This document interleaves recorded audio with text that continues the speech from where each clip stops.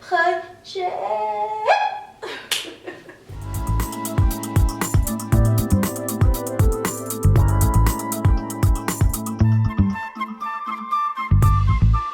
Salut rebelle créative, aujourd'hui je te parle de mon sujet favori, les peurs. Ta ta ta ta.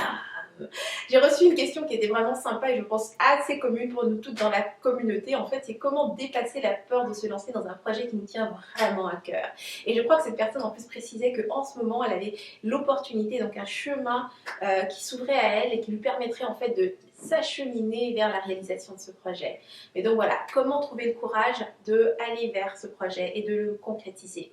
Donc je vais te partager finalement 3 étapes aujourd'hui qui vont te permettre de passer à l'autre étape et donc vraiment de concrétiser ce projet qui te tient à cœur. Parce qu'après tout, il te tient à cœur. Alors, étape numéro 1. D'abord, détermine que cache ta peur. C'est quoi réellement que cache ta peur? Tu vois, parce que quand tu es là à te demander tu sais, comment dépasser une peur, c'est trop abstrait. Tu sais, c'est quoi ton ennemi en fait? Voilà, tu dois savoir quel est l'ennemi que tu as en face de toi. C'est quoi ce blocage? C'est quoi cette porte? C'est quoi cette montagne qu'il y a devant toi? Donc, que cache cette peur? Donc là, tu vas vraiment décortiquer ça. Qu'est-ce que ça cache? La peur de me retrouver sans ressources, que ça ne marche pas, que les gens se moquent de moi. Quelle est cette peur? Okay? Ce qui va t'amener à l'étape numéro 2. C'est vraiment de visualiser les scénarios catastrophes. Et ça, je sais que c'est quelque chose qu'on n'entend pas souvent. On te demande de visualiser toi en train de réussir. Moi, je te dis de visualiser les scénarios catastrophes.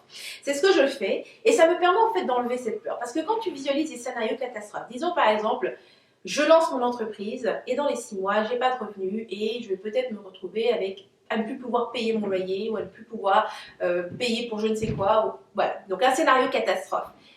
Ça me fout la trouille, tu vois. Et là, tout de suite, je me dis, je suis pas dans cette situation, donc je peux vraiment prendre le temps de réfléchir. Donc, qu'est-ce que je fais si cette situation se présente? Je pourrais peut-être trouver un autre job, ou bien je pourrais demander de l'aide à ma famille, ou peut-être que je pourrais déménager et trouver un loyer qui serait beaucoup moins élevé. Bref, je vais commencer à travailler comme ça des solutions. Et ce qui se passe, en fait, c'est que tu te rends compte que il n'y a rien de final en fait, tu vois. C'est que tu n'es pas en train de te jeter dans le vide. Et c'est ce qui m'amène à l'étape numéro 3. Fais des petits pas, fais un seul pas à la fois. Tu sais, souvent ce qui nous fige et qui justement nous met dans cette situation de peur quand on veut se lancer dans un nouveau projet, c'est qu'on a l'impression qu'il faut tout faire là d'un coup. Ouais, je flanque mon travail, je déménage, je change de pays, je lance un nouveau business, enfin bref, je fais tout là. Et c'est pas le vrai, tu vois. Souvent, avant de concrétiser un projet, il y a plusieurs petits pas que tu peux faire avant. Par exemple, j'ai souvent ça, des messages, des mails de rebelles créatifs qui me disent « Ouais, j'aimerais déménager, changer de pays, aller vivre ailleurs. » Eh bien, peut-être que dans ce cas-là, la première étape, c'est simplement de faire quelques recherches sur le lieu exact où tu aimerais déménager. C'est juste passer du temps sur Internet à regarder ces endroits superbes où tu pourrais vivre. Ensuite, peut-être de regarder au niveau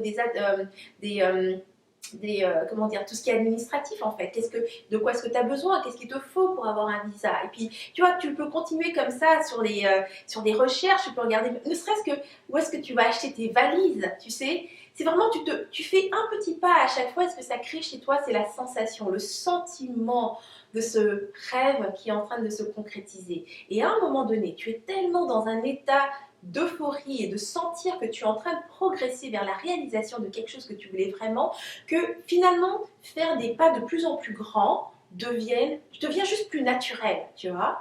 Donc, ce serait vraiment ça les 3 étapes que j'aurais à te proposer pour ce qui est de dépasser la peur de te lancer dans un nouveau projet qui te tient vraiment à cœur. Donc, étape 1, que cache ta peur? 2, visualise des scénarios catastrophes et surtout, trouve des solutions à ces scénarios catastrophes, ok? Et finalement, étape 3, fais un seul pas. Un seul pas tous les jours. Ne pense pas au gros truc où on se plonge la gueule en premier, on ne sait pas ce que ça va donner, on parie, on croise les doigts que ça va marcher. Prépare-le simplement et fais un pas à la fois. Donc voilà, ça termine cette capsule. Maintenant, j'aimerais savoir, toi, dans les commentaires, dis-moi, quel est ce projet qui te tient à cœur?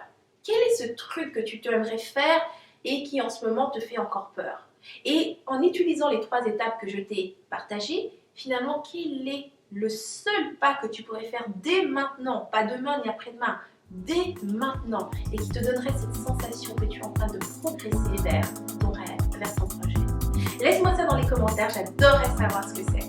Alors ça termine cette inspiration. Si tu as aimé cette capsule, tu cliques sur j'aime et tu partages autour de toi. Et si tu veux d'autres inspirations comme celle-ci, rejoins-moi sur rebellecreative.com, inscris-toi et tu recevras mes prochaines inspirations directement de mon cœur vers ton mail. C'était Henriette Lendaka, je te dis à la semaine prochaine et d'ici là, agis comme rebelle créative, à fond, sans culpabiliser, sans complexe et sans stress.